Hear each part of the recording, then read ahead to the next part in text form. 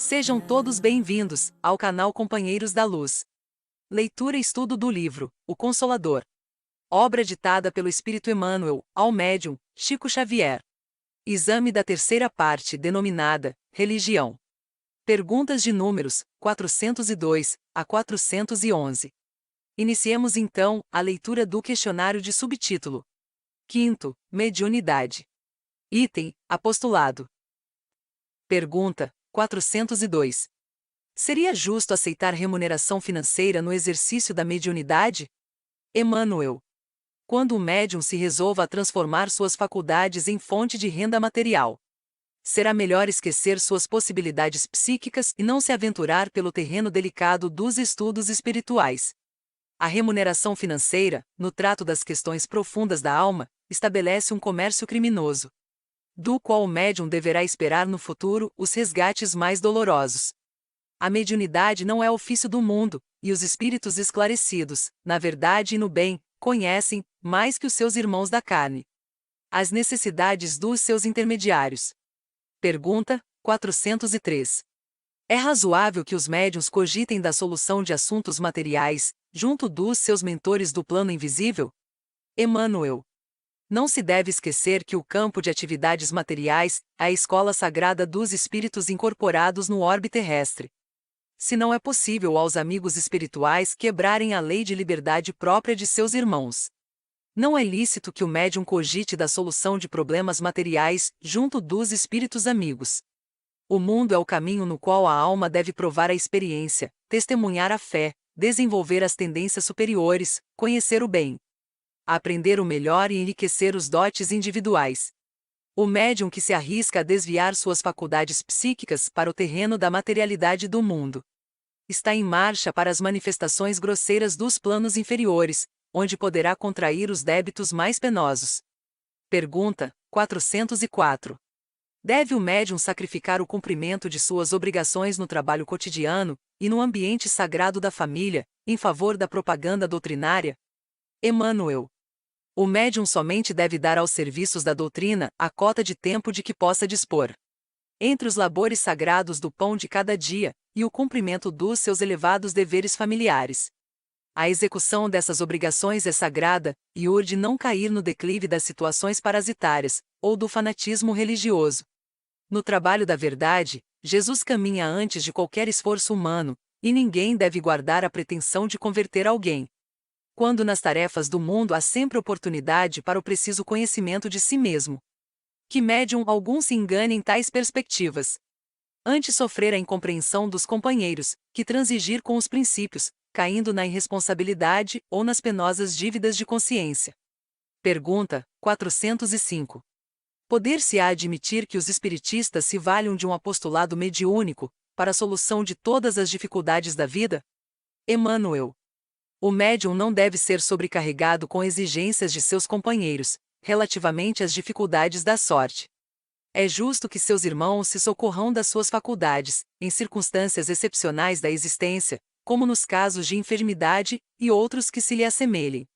Todavia, cercar o médium de solicitações de toda natureza é desvirtuar a tarefa de um amigo, eliminando as suas possibilidades mais preciosas.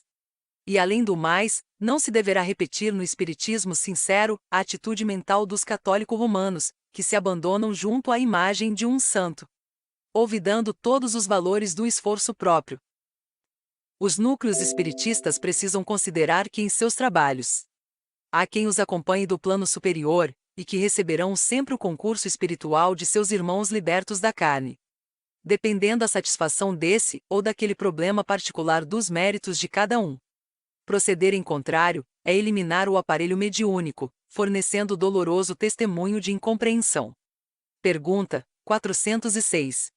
Quando o investigador busque valer-se dos serviços de um médium, é justo que submeta o aparelho medianímico a toda sorte de experiência, a fim de certificar-se dos seus pontos de vista? Emmanuel.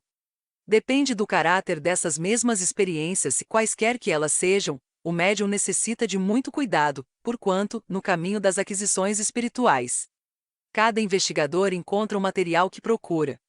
E quem se aproxima de uma fonte espiritual, tisnando-a com a má fé e a insinceridade, não pode, por certo, saciar a sede com uma água pura. Pergunta 407. Para que alguém se certifique da verdade do Espiritismo, bastará recorrer a um bom médium? Emmanuel. Os estudiosos do Espiritismo, ainda sem convicção valorosa e séria no terreno da fé, precisam reconhecer que em trabalhos dessa ordem não basta o recurso de um bom médium. O medianeiro não fará milagres dentro da natureza.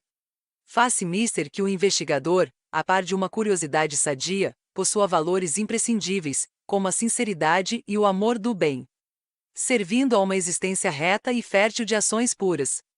Pergunta 408. Seria proveitosa a criação de associações de auxílio material aos médiuns? Emmanuel. No Espiritismo é sempre de bom aviso evitar-se a consecução de iniciativas tendentes a estabelecer uma nova classe sacerdotal no mundo. Os médiuns, nesse ou naquele setor da sociedade humana, devem o mesmo tributo ao trabalho, à luta e ao sofrimento, indispensáveis à conquista do agasalho e do pão material. Ao demais, temos de considerar, acima de toda a proteção precária do mundo, o amparo de Jesus aos seus trabalhadores de boa vontade. Toda expressão de sacrifício sincero está eivada de luz divina, todo trabalho sincero é elevação e toda dor é luz, quando suportada com serenidade e confiança no Mestre dos Mestres. Pergunta 409. Como deverá proceder o médium sincero para a valorização do seu apostolado? Emmanuel. O médium sincero necessita compreender que, antes de cogitar da doutrinação dos espíritos, ou de seus companheiros de luta na terra, faz-se mister a iluminação de si próprio pelo conhecimento, pelo cumprimento dos deveres mais elevados e pelo esforço de si mesmo na assimilação perfeita dos princípios doutrinários. No desdobramento dessa tarefa, jamais deve descuidar-se da vigilância, buscando aproveitar as possibilidades que Jesus lhe concedeu na edificação do trabalho estável e útil. Não deve cultivar o sofrimento pelas queixas descabidas e demasiadas, nem recorrer, a todo instante, à assistência dos seus guias, como se perseverasse em manter uma atitude de criança inexperiente. O estudo da doutrina, e sobretudo, o cultivo da autoevangelização devem ser ininterruptos.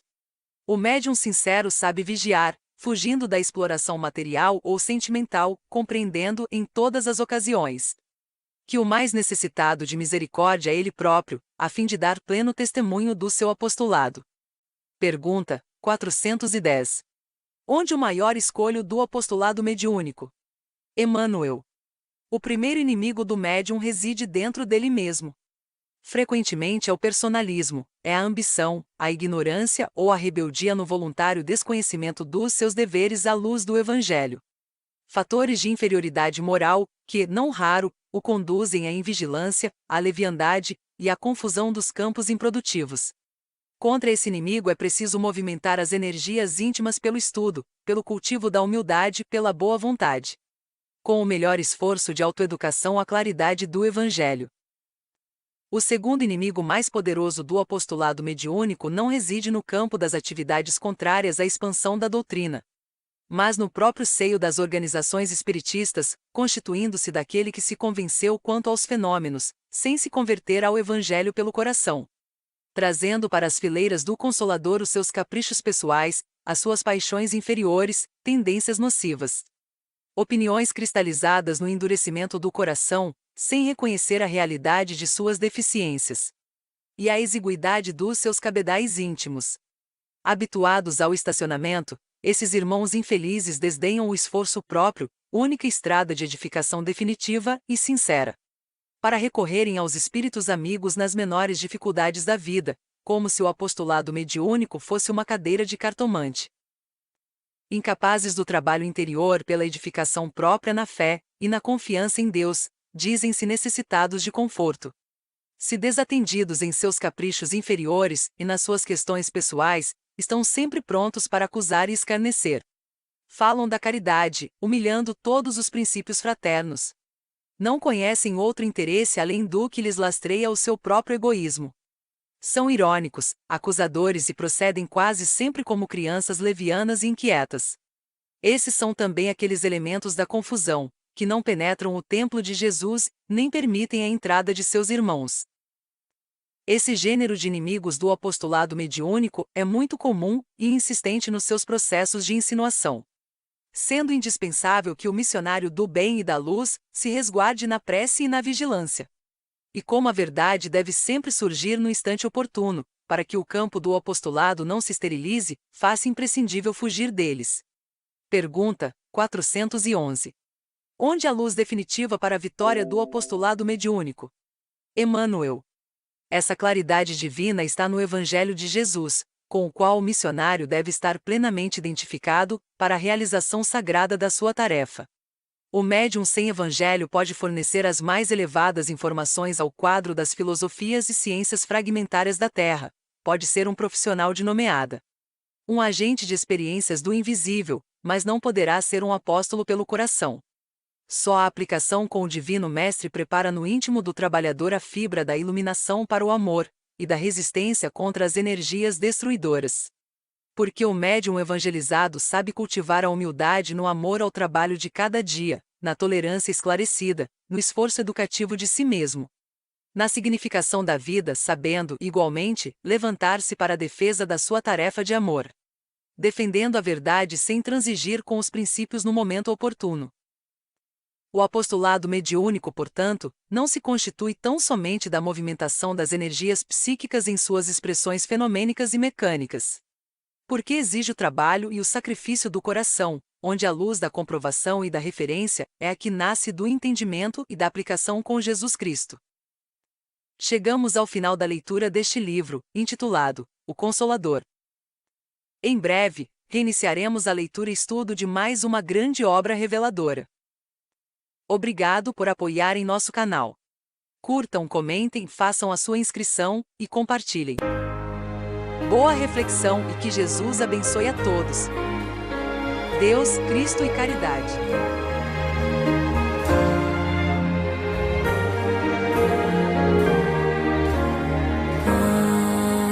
Além do arco-íris, pode ser que